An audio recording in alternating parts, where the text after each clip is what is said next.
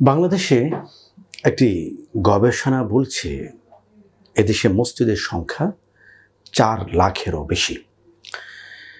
এর বেশিও হতে পারে, কারণ সকল মসজিদ যে তারা তাদের গবেষণা সমীক্ষায় তুলে আনতে পেরেছেন এটা আমি মনে করি না। কত মসজিদ এটা জানি না, কিন্তু এটা জানি ঢাকা মসজিদের শহর এবং বাংলাদেশ মসজিদের দেশ। বাংলাদেশের সবগুলি মসজিদেই প্রতি শুক্রবারে একটি জমায়েত হয়, একটি সেমিনার হয়, একটি মাহফিল হয়, যেখান থেকে ওই মসজিদের মুসল্লি যারা নামাজ পড়েন তারা সেই মসজিদের জুমার খুতবা থেকে বেছে নেন আগামী সপ্তাহে তারা কিভাবে চলবেন এবং আগামী একটি সপ্তাহ তাদের জীবন আচরণ, বিধানাবলী, কুরআনুল হাকিম এবং হাদিস থেকে কোন কোন বিষয়ে একজন মানুষকে অবগত করা হয়।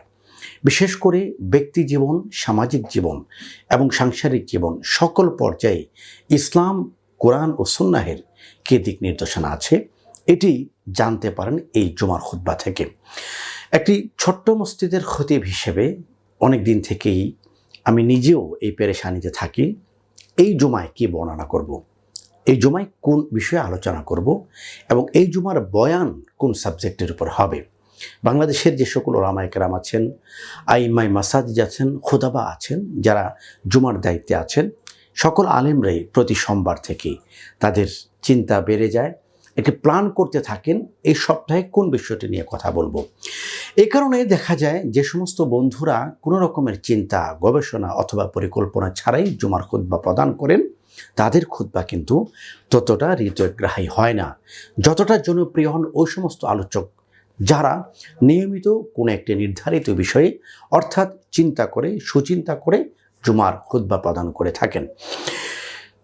একজন খতিব কোন কোন কিতাব থেকে সহযোগিতা নেবেন, কিভাবে তার বক্তব্যকে সাজাবেন, এটি নিয়ে অনেকেই পেরেশানিতে থাকেন। এই সকল বিষয়ে মাথা রেখে বাংলাদেশের পাঠকপ্রিয় একটি প্রকাশনী, রাহনুমা প্রকাশনী, তারা যে চমৎকার উদ্যোগটি গ্রহণ করেছে, বাংলাদেশে প্রথমবারের মতো ওয়াজ, খুতবা এবং বয়ান বিষয়ক বিশ্বকোষ। আমি যদি ভুল না করে থাকি তাহলে প্রায় 16 খণ্ডে এত চমৎকার করে একটি বয়ান বিশ্বকোষ আছে।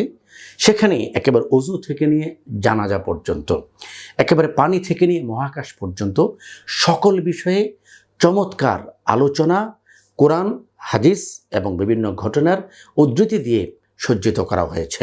অন্তত আমি মনে করি সমাজ সচেতন প্রত্যেক আলেমের এই বিশ্বকোষটি তাদের সংগ্রহে থাকা উচিত। এই বিশ্বকোষ যদি আপনার সংগ্রহে থাকে তাহলে আপনার বয়ান কেন্দ্রিক যে পেরেশানি, আমি মনে করি এই পেরেশানি দূর হয়ে যাবে।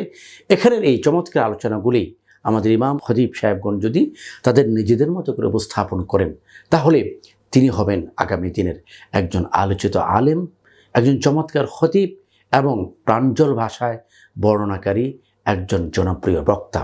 অর্ডার করতে ভিজিট করুন রকমারি.com।